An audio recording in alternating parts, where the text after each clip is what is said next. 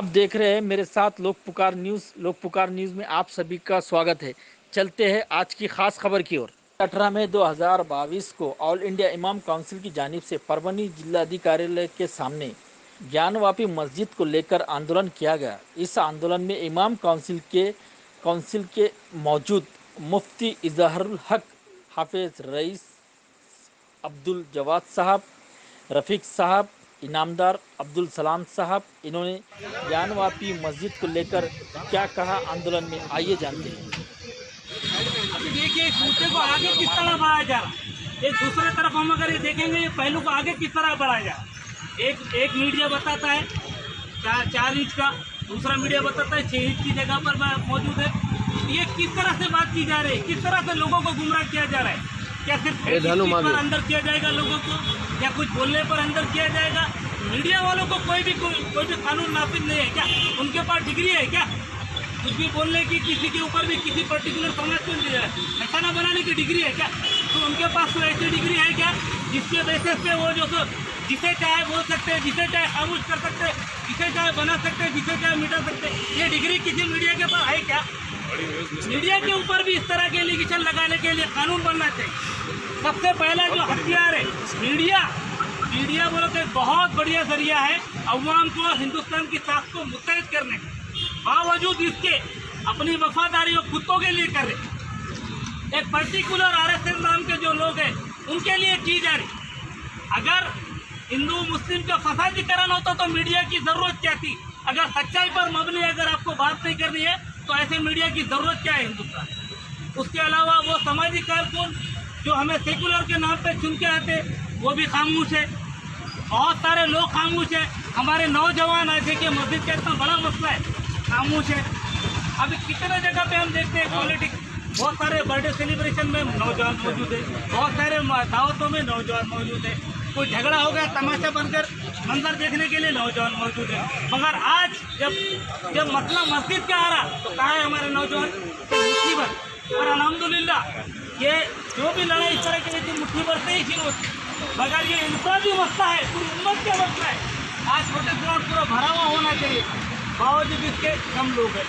अगर यही आप कोई स्पोर्ट्स की क्रिकेट की बात करो, स्टेडियम में कोई मैच की बात करो, देखो हमारे नौजवान कितने क्या हो गए हमारी उम्मत को।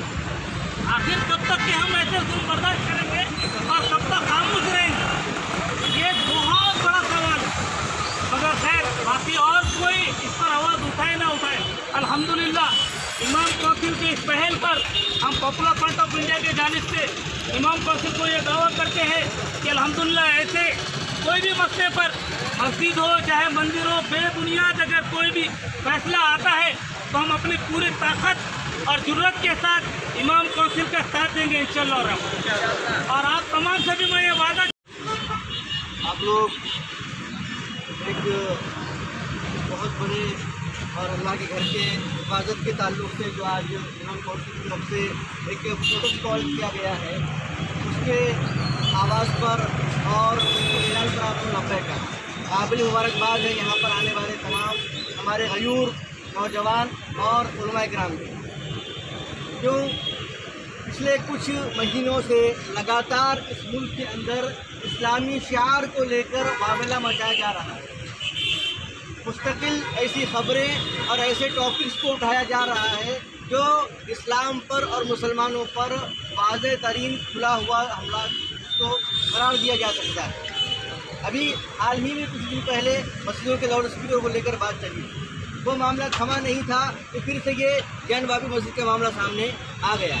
तो आप लोग इस बात से अंदाज़ा लगाएं कि ये कोई एक चीज़ को लेकर बात नहीं की जा रही है, बल्कि ये असल में पूरे के पूरे इस्लाम से नफ़रत और इस्लाम की मुखालिफत और मुसलमानों को किस तरीके से परेशान किया जाए और उनको तकलीफ़ दी जाए, इसकी एक कोशिश हो रही है। इसके सारी कड़ियाँ मुझको और आपको नज़र आ रही हैं धीरे धीरे। रही बात इस मस्जिद को लेकर, ज्ञानवापी मस्जिद को वाराणसी के अंदर जो मौजूद है, तारीख बड़ी पुरानी है, कई सदियों से मस्जिद वहाँ पर वाक़ है और इसको लोग मस्जिद ही मान रहे हैं, चाहे फिर हम हो या हमारे बिरादराने वतन हो, हर एक इसको मस्जिद ही मान रहा है। लेकिन कुछ दीवाने और कुछ मजनू और कुछ पागल किस्म के लोग आकर ये दावा कर रहे हैं कि वो मस्जिद वहाँ पर नहीं थी, कुछ और था। और जिन निशानियों को पेश किया जा रहा है, इसको सबूत के तौर पर बताया जा रहा है, उसको हम हमारी ज़बानों से बोलना भी गवारा नहीं करते। उनको उन चीज़ों को लेकर उस मस्जिद की जो अज़मत है, उस मस्जिद का जो वक़ार है, उसको तार तार करने की कोशिश की जा रही है। लिहाजा ये सारे लोग इस वक्त में मुखातिब उन्हीं लोगों से इस बात को समझ लें और इस बात को अच्छे तरीके से अपने जहनों में बैठा लें, जिनको जहनों के अंदर आपके दिमाग नहीं, पता नहीं घुसा है या कुछ और है।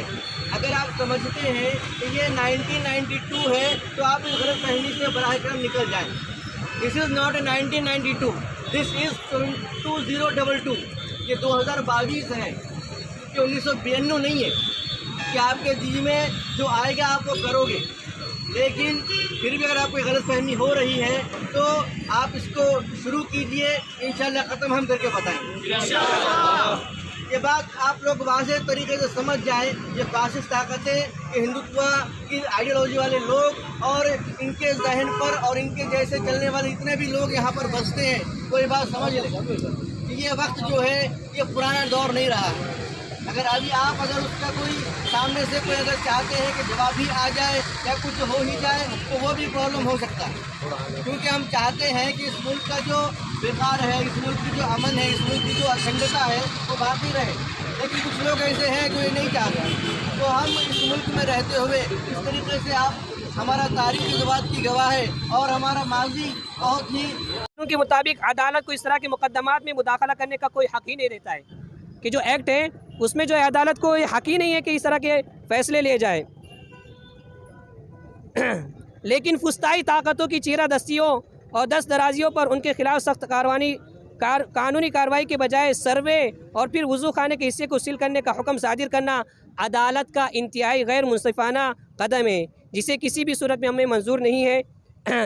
संघियों की इस साजिश को नाकाम बनाने के लिए सेकुलर जहन रखने वाले शहरियों की जिम्मेदारी है कि वो मुल्क की मुनाफरत की आग से बचाए और बाबरी के इन्हिदाम जैसी तारीख दोहराने से इन फ़िरका परस्तों को रोके जो मुल्क को तोड़ने के दर पर है। ये मसला तनाव मुसलमानों का नहीं है, बल्कि आइन में और दस्तूर में जो है मुदाखलत हो रही है, जिसके वजह से जो है पूरा दस्तूर संविधान जो है इसमें नुकसान में आ रहा है और जो है हमारा संविधान ख़त्म होता जा रहा है। इसलिए जो लोग सेकुलर मिजाज रखते हैं, जहन रखते हैं, उन लोगों की भी जिम्मेदारी बनती है। ये सिर्फ मुसलमानों का ज़िम्मा नहीं है, बल्कि हर एक उस शख्स का ज़िम्मा है जो हिंदुस्तान के अंदर रहता है और जो हिंदुस्तान के अंदर गंगा जमुना तहज़ीब का जो मतवाला है और अपने आप को कहता है, उसकी ज़िम्मेदारी है कि वो भी जो है इसके लिए सामने आए। अदालती फ़ैसले ने इंसाफ के तकाज़ों और अवामी एतमाद को एक बार फिर मजरू किया है। पहली मरतबा बाबरी मस्जिद के टाइम पर किया और आज फिर क्या है कि बाबरी मस्जिद के टाइम पर जो है सारे दस्तावेज़, सारे शवाहिद मौजूद होने के बावजूद भी जो है इस तरह का जो फ़ैसला आता है आस्था के नाम पर, और आज भी जो है उसके बावजूद जो है वज़ू खाने को सील करना ये जो है बिल्कुल गलत है। इसलिए मरकज़ी हुकूमत की ज़िम्मेदारी है कि फ़ौरी तौर पर इस फ़ैसले पर अमल आवरी को रोके। अगर इस फ़ैसले पर अमल दरामद किया गया तो ऑल इंडिया इमाम कौंसिल इसी तरह जो है मुल्क में जो है एहतजाज को जारी रखेंगे और जो है हमारा हक़ जब तक नहीं मिलता है जब तक जो है हम कोशिश करते रहेंगे। बस इतनी बात कहकर मैं जो अपनी बात को ख़त्म करता हूँ। और एक को कोर्ट का उसका गैर क़ानूनी फ़ैसला जिसको बताया गया 1991 के एक्ट के बाद जो इबादत गाह है जैसी थी वैसी रहेंगी। उसके बाद भी अगर से कोर्ट उस एक्ट को नज़रअंदाज करते हुए फ़ैसला करते हुए उसकी मजम्मत करते हैं, हम भी मजम्मत करते हैं। इमाम काउंसिल को मैं बधाई देता हूं कि आज उन्होंने प्रोटेस्ट किया, अल्हम्दुलिल्लाह उनका प्रोटेस्ट अच्छा कामयाब भी रहा, बहुत सारे लोग यहाँ जुड़े थे। मैं उनका शुक्रगुजार हूँ कि SDPI को भी उन्होंने यहाँ पर दावत दी थी, उनके दावत पर हम लब्बैक करके यहाँ पहुँचे हैं, मैं उनका शुक्रगुजार करता हूँ।